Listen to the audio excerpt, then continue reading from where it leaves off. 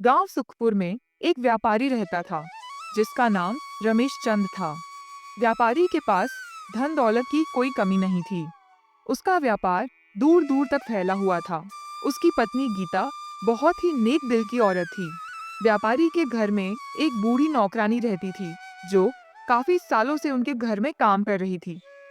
व्यापारी उसे अपनी माँ की तरह मानता था और उसकी पत्नी भी उस बूढ़ी नौकरानी से बहुत प्यार करती थी। व्यापारी की पत्नी ने कभी भी उस बुढ़िया को अपने घर की नौकरानी नहीं समझा। वह तो उसे अपने घर का सदस्य ही मानती थी।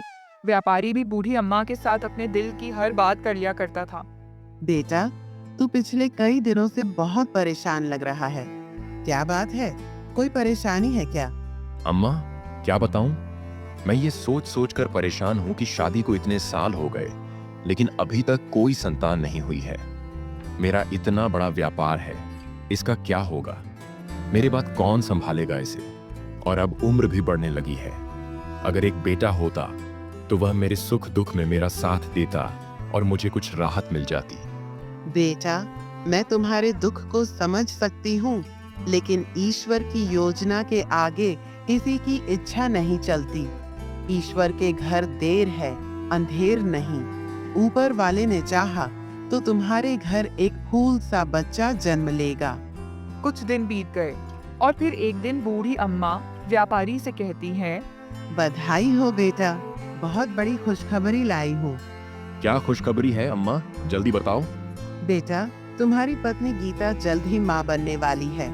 हे ईश्वर, तेरा लाख लाख शुक्र है। आज तूने हमारी प्रार्थना सुन ही ली। अब सभी लोग इस आने वाली औलाद का बड़ी ही बेसब्री से इंतजार करने लगे। कुछ महीनों के बाद व्यापारी की पत्नी ने एक बहुत सुंदर लड़की को जन्म दिया जो बहुत ही खूबसूरत थी। लेकिन जैसे ही बच्ची का जन्म हुआ, व्यापारी की पत्नी इस दुनिया से चल बसी। पत्नी की मौत ने व्यापारी को गहरे सदमे में डाल दिया। उसकी जिंदगी में अंधेरा छा गया। एक दिन व्यापारी सोचने लगा, लोगों के घर में बेटी पैदा होती है तो वह घर की लक्ष्मी बनती है, लेकिन मेरे घर में तो यह बच्ची मुसीबत बनकर आई है। यह तो मेरे लिए मनहूस है। इस मनहूस बेटी के पैदा होते ही मेरी पत्नी इस दुनिया से चल बसी। अगर यह पैदा ना हुई होती तो आज मेरी पत्नी मेरे साथ होती। व्यापारी अपनी पत्नी से बहुत प्यार करता था। उसे अपनी पत्नी की मौत बर्दाश्त नहीं हो पा रही थी। वह अपनी पत्नी की मौत की वजह अपनी मासूम बेटी को समझ रहा था। इसलिए व्यापारी ने उस बच्ची की शक्ल तक नहीं देखी। वह उस बच्ची से नफरत करने लगा। बच्ची को बूढ़ी अम्मा के हवाले कर दिया गया। अब वही उसकी देखभाल करती थी। बूढ़ी अम्मा ने उस बच्ची का नाम निकिता रखा। एक दिन बूढ़ी अम्मा व्यापारी से बोली, बेटा, तू अपनी पत्नी की मौत की वजह इस मासूम बच्ची को क्यों समझता है? इसमें इस बेचारी की क्या गलती है? जो होना था वह तो हो गया। शायद तुम्हारा और गीता का साथ यहीं तक था। फिर तुम अपनी बेटी से क्यों नफरत करते हो? बेटा, यही ईश्वर को मंजूर था। इस बच्ची ने मेरी जिंदगी बर्बाद कर दी। जब से पैदा हुई है तब से मेरे साथ कुछ भी अच्छा नहीं हुआ है। इसके पैदा होते ही मेरी पत्नी इस दुनिया से चल बसी। इतना कहकर व्यापारी घर से बाहर चला जाता है। लोगों ने उसे बहुत समझाया, लेकिन उसकी समझ में कुछ नहीं आया। उसने तो केवल एक ही बात की रट लगाई हुई थी कि मेरी बेटी पैदा होते ही मेरी पत्नी को खा गई। इसलिए वह अपनी बेटी से बहुत नफरत करने लगा था। वह अपनी बेटी की शक्ल भी नहीं देखना चाहता था। अपनी पत्नी की मृत्यु के गम में व्यापारी को अपने कारोबार का कोई ध्यान नहीं रहा, जिससे धीरे धीरे उसका कारोबार बंद होने लगा। एक दिन बूढ़ी अम्मा व्यापारी से बोली, बेटा, तू कब तक अपनी पत्नी का गम मनाएगा? तेरा इतना बड़ा कारोबार है, यह भी धीरे धीरे बंद हो रहा है। ऐसे तो तू कुछ ही दिनों में सड़क पर आ जाएगा। अगर बाकी लोगों को तेरे हालात के बारे में पता चल गया तो वह जरा भी देर नहीं लगाएंगे तेरे कारोबार को हड़पने में। मैं क्या करूं? अम्मा गीता का चेहरा मेरे दिमाग में घूमता रहता है। हर वक्त मुझे उसकी याद आती रही है। मैं उसके बिना कैसे रहूं? बेटा, तू दूसरी शादी कर ले। अगर तू दूसरी शादी कर लेगा तो तेरा दुख दूर हो जाएगा और छोटी बच्ची को एक माँ मिल जाएगी। व्यापारी को बूढ़ी अम्मा की बात समझ आ गई और फिर उसने दूसरी शादी करने का फैसला कर लिया। कुछ ही दिनों में व्यापारी ने एक अच्छी और सुंदर लड़की से शादी कर ली, लेकिन व्यापारी की दूसरी पत्नी मासूम निकिता को एक नजर भी नहीं देखती थी। वह निकिता से नफरत करती थी। जब निकिता के असली बाप ही उससे प्यार नहीं करता था, तो भला सौतेली माँ उससे कैसे प्यार करती? कुछ समय के बाद व्यापारी की दूसरी पत्नी ने भी एक नन्ही सी बच्ची को जन्म दिया। यह देखकर व्यापारी बहुत खुश हुआ और अपनी पत्नी से बोला, हमारी बेटी बहुत खुशनसीब है। देखो, इसके पैदा होने पर तुम्हें कुछ भी नहीं हुआ, जबकि निकिता की पैदा होते ही मेरी पत्नी चल बसी। मुझे उसे अपनी बेटी कहते हुए भी अच्छा नहीं लगता। तुम ठीक कहते हो। निकिता बहुत बड़ी कर्मजली है। जहाँ भी जाती है वहाँ कुछ न कुछ काम जरूर बिगड़ जाता है। हमें अपनी बेटी को उस निकिता से दूर रखना होगा। मैं नहीं चाहती कि उस बदबख्त का साया भी हमारी बेटी पर पड़े। व्यापारी और उसकी दूसरी पत्नी ने निकिता को पूरी तरह से नकार दिया। इसी तरह कई वर्ष बीत गए और दोनों लड़कियां जवान हो गईं। दोनों की उम्र में कोई खास फर्क नहीं लगता था। देखने में वह एक ही उम्र की लगती थी। निकिता बहुत समझदार और नेक दिल थी। वह हमेशा अपनी सौतेली बहन के उतारे हुए कपड़े पहनती थी और घर का सारा काम करती थी, जबकि उसकी सौतेली बहन बहुत ही घमंडी लड़की थी और घर का एक काम नहीं करती थी। वह हमेशा निकिता को नीचा दिखाने की कोशिश करती थी।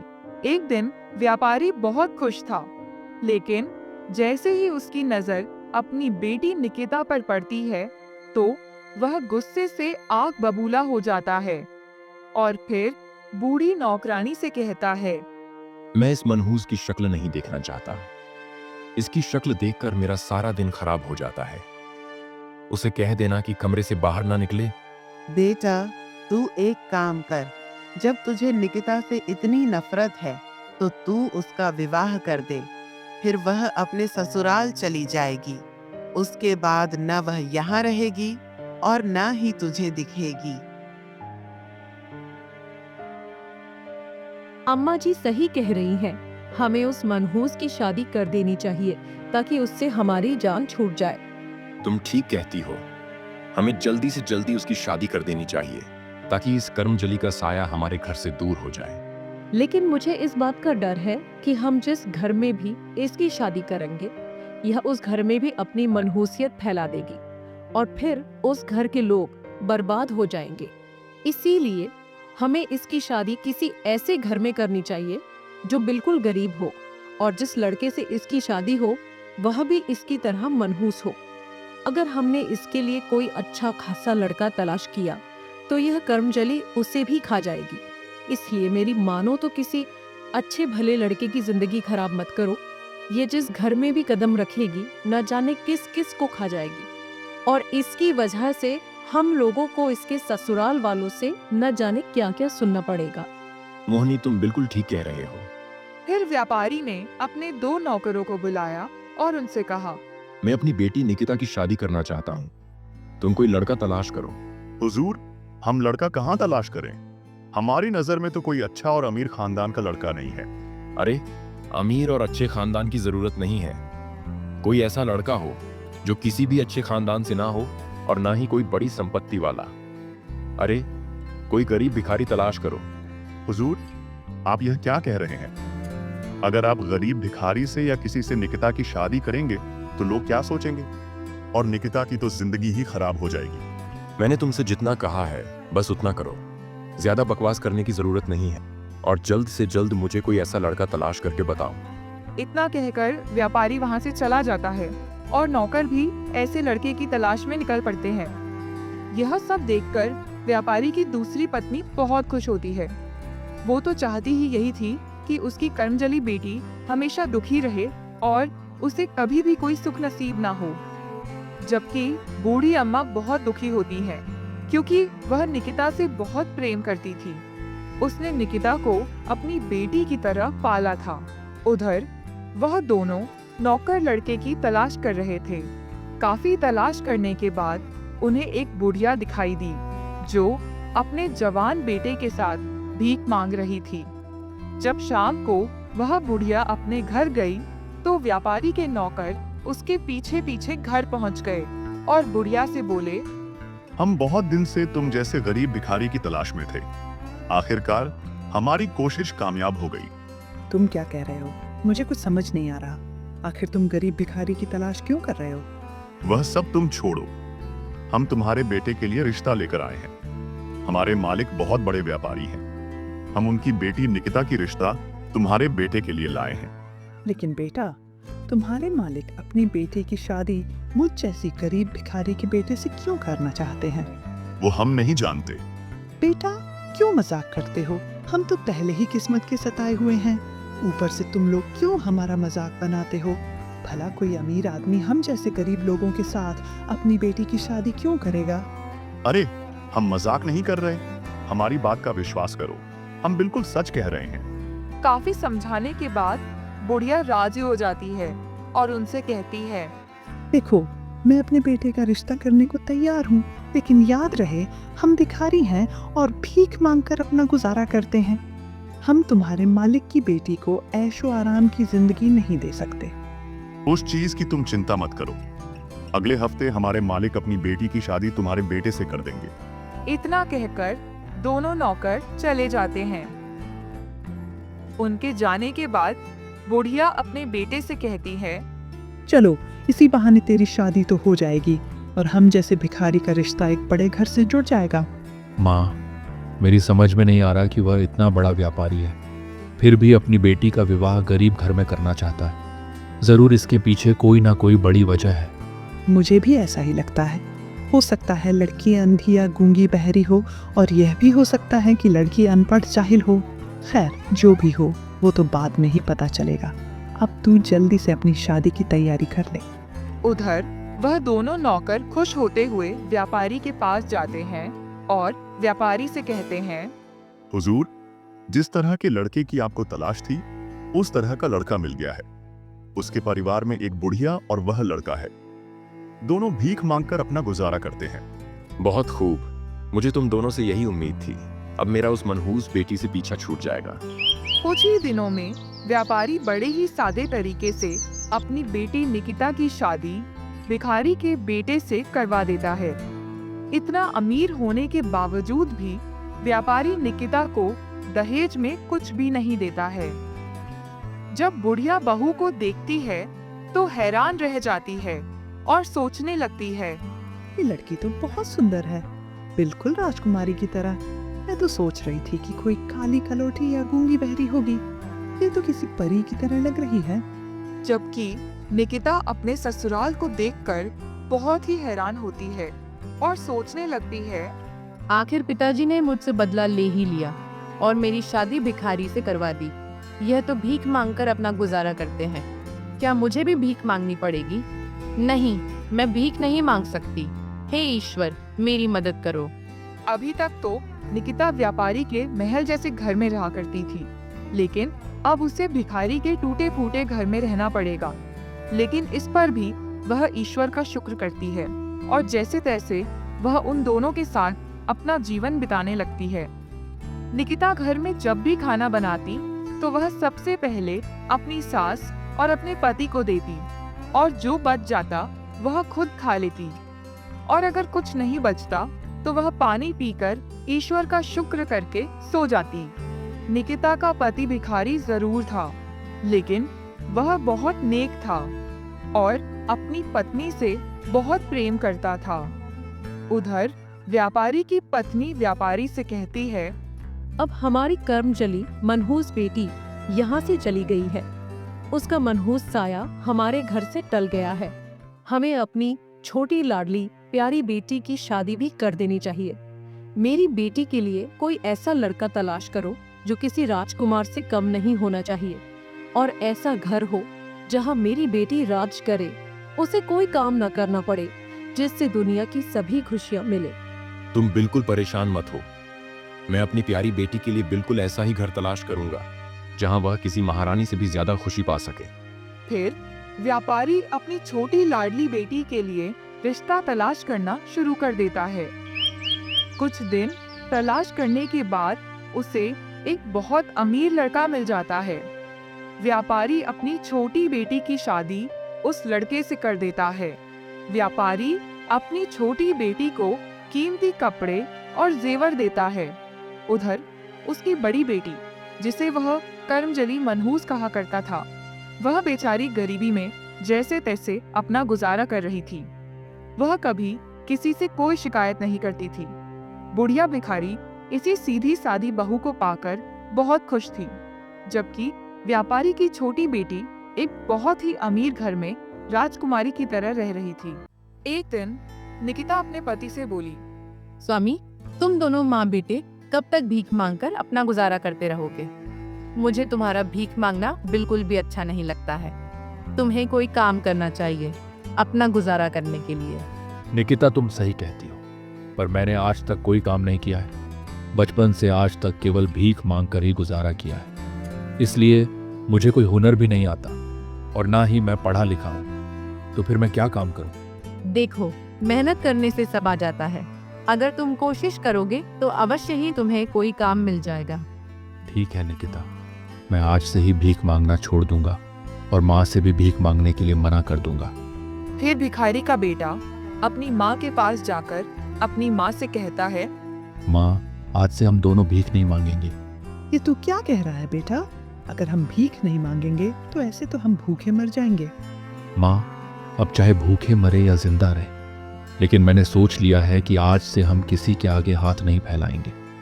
मैं मेहनत मजदूरी करके अपने घर का गुजारा करूंगा। ठीक है बेटा, जैसा तू चाहे वैसा कर। मुझे पता है तुझे भीख मांगने से मना तेरी पत्नी ने किया है, क्योंकि उसे हमारा भीख मांगना अच्छा नहीं लगता। अगले ही दिन निकिता का पति काम की तलाश में निकल जाता है। वह पूरे दिन काम तलाश करता है, लेकिन उसे कोई भी काम नहीं मिलता है। ऐसे ही एक हफ्ता बीत जाता है। अब घर में खाने के लिए कुछ भी नहीं बचा था। जो थोड़े बहुत पैसे बुढ़िया और उसके बेटे ने भीख मांगकर जोड़े थे, वह भी खत्म हो चुके थे। यह देखकर बुढ़िया निकिता से बोली, बेटी, अब तो घर में कुछ भी नहीं बचा। तू अपने पति को समझा कि वह काम करने की जिद छोड़ दे और कल से भीख मांगना शुरू कर दे। अगर उसने ऐसा नहीं किया तो हम भूखे मर जाएंगे। बुढ़िया की बात सुनकर निकिता ने उसे एक सोने का हार दिया और उससे बोली, माँ जी, यह हार मेरी माँ की आखिरी निशानी है। यह मैंने बड़ा संभाल कर रखा था।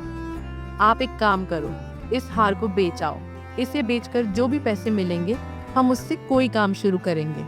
दोनों बात कर ही रहे थे कि उतने में ही निकिता का पति भी आ जाता है। निकिता अपने पति से भी वही कहती है जो उसने अपनी सास से कहा था। पत्नी की बात सुनकर वह बोला, निकिता, यह हार तुम्हारी माँ की आखिरी निशानी है। फिर तुम इसे क्यों बेचना चाहती हो? मैं तुम्हारी माँ का हार नहीं बेचने दूंगा। स्वामी, अगर एक बार हमारा कोई काम चल गया तो हार और भी ले लेंगे। कृपया तुम यह हार बेचाओ। फिर निकिता का पति अपनी माँ से हार लेकर उसे सुनार को बेच आता है। उस हार के जो भी पैसे मिलते हैं वो उन्हें निकिता को लाकर दे देता है। फिर निकिता अपने पति से कहती है, आप इन पैसों से कुछ फल खरीद लाओ और उन्हें बाजार में बेचो। जो भी मुनाफा होगा उससे हमारा गुजारा अच्छे से हो जाया करेगा। फिर आपको किसी के सामने हाथ नहीं फैलाना पड़ेगा। अपनी पत्नी के बताए अनुसार निकिता का पति फल खरीद लाता है और फिर उन्हें एक टोकरी में भरकर बाजार में बेचने चला जाता है। कुछ ही देर में लगभग उसके सारे फल बिक जाते हैं। तभी निकिता के पति के पास एक साधु बाबा आते हैं। देखने में वह बहुत पहुंचे हुए साधु लग रहे थे। वह निकिता के पति से कहने लगे, बेटा, मुझे बहुत तेज भूख लगी है। तुम्हें फल बेचते हुए देखा तो तुम्हारी तरफ चला आया।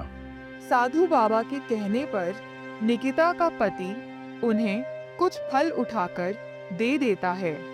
बेटा, मेरे पास तुम्हें देने के लिए पैसे नहीं है। बाबा, आप पैसों की चिंता मत कीजिए। मुझे जो मुनाफा कमाना था वो मैं कमा चुका हूँ। मेरे सारे फल बिक चुके हैं। लगता है ये फल सिर्फ आपके लिए ही बचे थे। आप बिना किसी चिंता के ये फल ले लीजिए। फिर महात्मा जी ने वो फल ले लिए। उसके बाद वह निकिता के पति से बोले, बेटा, मेरे पास तुझे देने के लिए पैसे तो नहीं है, लेकिन फिर भी मैं तुम्हें कुछ ना कुछ तो जरूर देना चाहूंगा। यह कहते हुए महात्मा जी ने एक छोटी सी पोटली निकाली और निकिता के पति को दे दी। बेटे, इस पोटली में कुछ गेहूं के दाने हैं।